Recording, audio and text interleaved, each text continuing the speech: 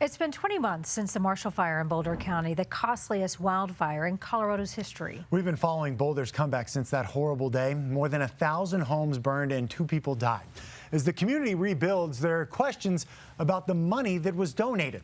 Generous people pitched in to raise more than $40 million. More than half of that money remains untouched, despite the fact that many victims are still struggling. So what's happening to that money? Our investigator, Katie Weiss, asked the people in charge of managing those funds. I looked up at the sky and I started seeing burning embers flying through the sky. Frank Valdez remembers December 30th, 2021 all too well. He had lived in this Louisville neighborhood for more than 20 years and planned to live here for the rest of his life. As we're walking through the aftermath of the fire and you see the overgrowth, it makes me want to cry. He says it was too expensive for him to rebuild on his land, and now he's renting in Fort Collins. As you look around, they have stacked the deck in favor of the rich. So only the rich can rebuild here. You have to have $1.2 million in the bank, or you have to be able to get a loan at that amount in order to rebuild.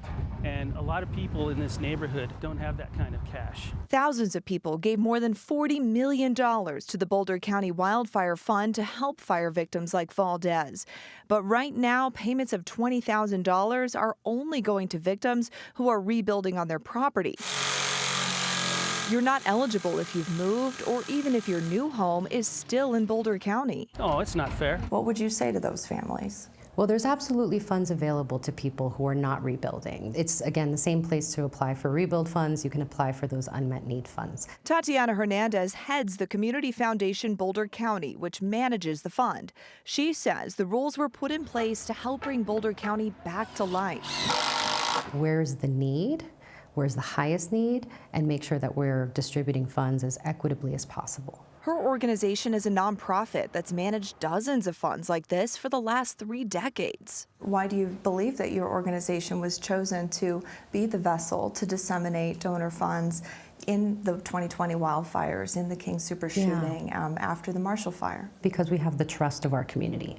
People have seen time and time again that will listen, that will be curious, and will approach things with humility and a deep sense of care. She says immediately after the fire, her organization spent $7 million to give all survivors direct payments. Since then, millions more have been handed out for things like mental health supports and insurance assistance. Making sure that that amount was a meaningful amount that would allow people to put down a security deposit on a house, buy a new car, whatever they felt was most important to stabilize their family. But Valdez says he only received $600 and a toiletry kit from the Red Cross, and he makes too much money to receive other funds. It's very frustrating. I mean, you're trying to piece your life back together. He hopes the Wildfire Fund's remaining $22 million will go to people who lost everything but aren't currently eligible for more money from the fund. Let's get into the heads of the people that were donating. They were thinking, oh my gosh, what a devastation to people in our community, and I want to donate to help them. So do you think that additional money might be able to go to some of the people who chose to rebuild elsewhere or chose not to rebuild? I can't say at this time. We have a committee who has discussions and makes recommendations to our board, and our board has the ultimate decision-making power. So those conversations are happening, have been happening, are informed by the fire survivor community. But so far, there aren't any more public meetings scheduled to discuss those options. It's absolutely a scam. Some wonder which kinds of funds are really the best for people to give to in the event of the next natural disaster. If people want to give directly to families, they're absolutely welcome to, and I don't discourage that. Hernandez argues managed community funds can sometimes hand out money more strategically than personal online fundraisers. But when you're looking at an event of the magnitude that you see here, that you're seeing in Maui, making sure that there's an entity that can work with the systems so that the greatest number of people can be supported to the highest extent possible, I think that's a really powerful tool. We're told the millions yet to be distributed are being held on purpose to help people more in the long term. We're looking at what happens at the end of this year when people's additional living supports end. The end of the year, 2 years since Valdez lost everything. He hopes it will bring good news for everyone in his shoes. Release the funds to the people who need the funds. There's no reason to have the restrictions.